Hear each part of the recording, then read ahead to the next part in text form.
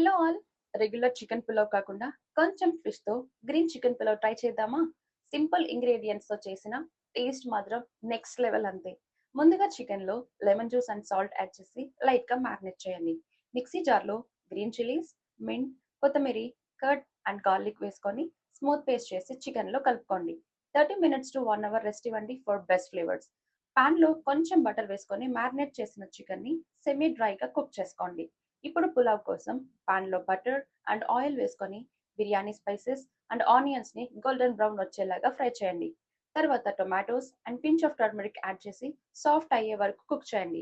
Chilli powder, garam masala, ధనియా powder add చేసి nice aroma వచ్చే వరకు ఫ్రై చేయండి.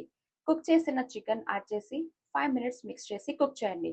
తర్వాత rice and required water add చేసి మీడియం ఫ్లేమ్లో 15 minutes కుక్ చేయండి. అంతే, ఈజీగా, క్విక్గా, super tasty green chicken pulao ready. Try చేసి ఎలా ఉందో కమెంట్ చేయండి. Follow for more. Bye bye.